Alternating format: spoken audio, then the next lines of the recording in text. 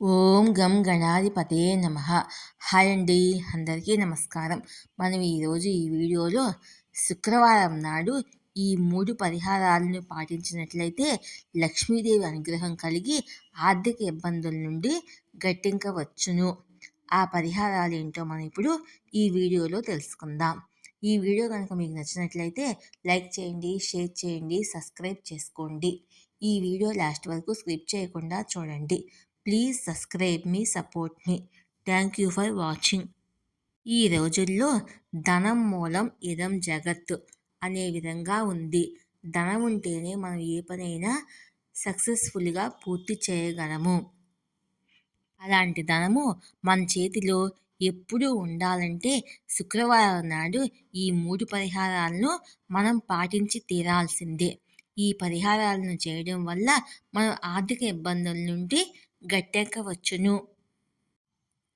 కొంతమంది ఎంతో నిజాయితీగా ఉంటారు, కష్టపడి పనిచేస్తూ ఉంటారు. జీవితంలో సంతోషంగా ఉండటానికి అనేక రకాల ప్రయత్నాలు కూడా చేస్తూ ఉంటారు. అయినప్పటికీ ఒక్కోసారి అనుకున్నంత సక్సెస్ని అందుకోలేకపోతూ ఉంటారు. ఈ పరిహారాలను పాటించడం వల్ల మానసిక సమస్యలు, ఆర్థిక ఇబ్బందులను కూడా తొలగించుకోవచ్చును. ప్రతి ఒక్కరూ కూడా లక్ష్మీదేవి అనుగ్రహం కలగాలని కోరుకుంటూ ఉంటారు. అందుకోసము రకరకాల ప్రయత్నాలు చేస్తూ ఉంటారు. ఇంట్లో కొన్ని మార్పులు చేయడం వల్ల లక్ష్మీదేవి అనుగ్రహము కలుగుతుంది. అలాగే కొన్ని పరిహారాలను పాటిస్తే కూడా లక్ష్మీదేవి అనుగ్రహాన్ని పొందవచ్చును.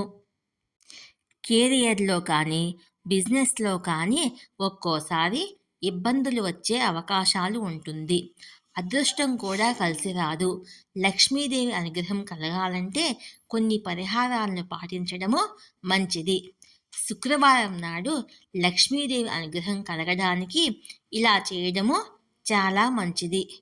ఈ పరిహారాలను పాటించడం వల్ల మానసిక సమస్యలు, ఆర్థిక ఇబ్బందులు కూడా తొలగిపోతాయి.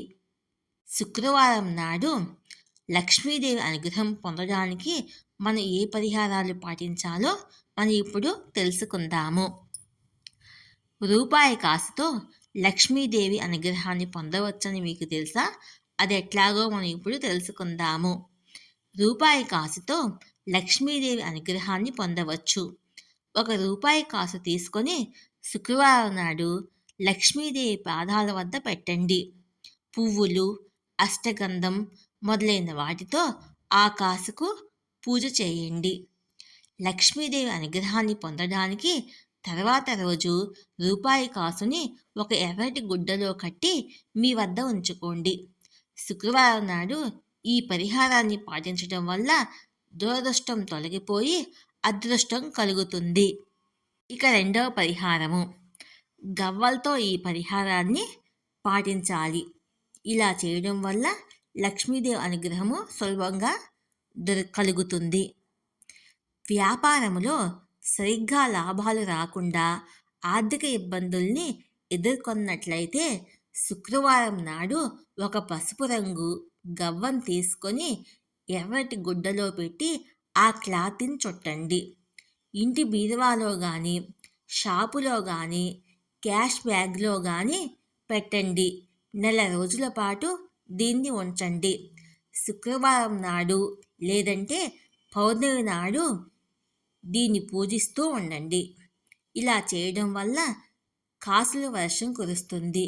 మీ క్యాష్ బ్యాగ్ ఉత్తరము లేదా తూర్పు వైపు ఉండేటట్లు చూసుకోండి.